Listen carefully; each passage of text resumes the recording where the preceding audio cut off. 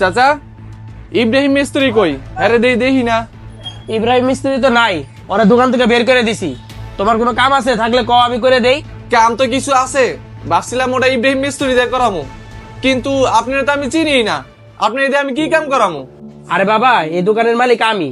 তোমার কি কাম আছে আমারে কও, আমি করে দিতেছি। ও আচ্ছা আচ্ছা, তাহলে আপনি এই দোকানের মালিক না? কাম তো ইব্রাহিম মিস্ত্রি দিয়েই করামু। আচ্ছা ঠিক আছে, তাহলে আমি আসি। আরে দাঁড়াও দাঁড়াও, তোমার তো কাম দরকার, সেটা আমি করি আর ইব্রাহিম মিস্ত্রি করুক। তোমার তো কাম বুঝা পাইলেই হইছে। আর ইব্রাহিম মিস্ত্রি দিয়ে যে কাম করানি লাগবো এরম তো কোনো কথা নাই। আরে না না না, আপনি এই দিয়ে কাজ করান যাবো না, আমি ওরে দিয়ে কাজ করামু। আর যদি আহে তাহলে আপনি আমারে জানেন। আমি এখন জায়গা থাকেন আপনি। আরে মিস্ত্রি সাহেব, আপনি এই জায়গায়? আমার বাড়ির গেটের জ্বালাইটা খুলে গেছে, একটু আহেন তো, জ্বালাইটা লাগাই দেন।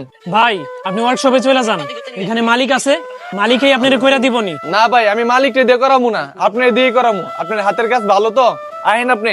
না ভাই, আজকে তো করতে পারবো না। আচ্ছা ঠিক আছে ভাই, তাহলে কালকে করে দিয়েন।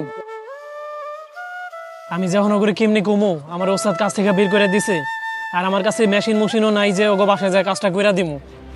ওই চাচা, ইব্রাহিম মিস্ত্রি কই? কে কিছু বানান লাগবো? লাগলে কও, আমি বানায় দেই।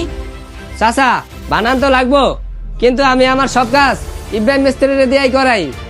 ওই কই, ওরা এখন আমার লাগবো। ইব্রাহিম মিস্ত্রি তো কাম ছাইরা দিছে, আপনি আমারে কোন কি কাম করা লাগবে, আমি করে দেই।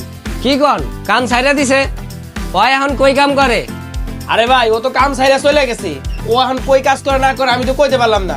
আপনার তো কাজ দরকার, আপনি আমারে কোন, আমি কাম করে দেই। না কাকা, ও আমার খুব বিশ্বস্ত লোক, আমি আমার সব কাজ ওরে দিয়েই করাই, আমার ওরেই লাগবো। ঠিক আছে কাকা, থাকেন। পুরো ভিডিওটা দেখতে চাইলে এখানে ক্লিক করুন।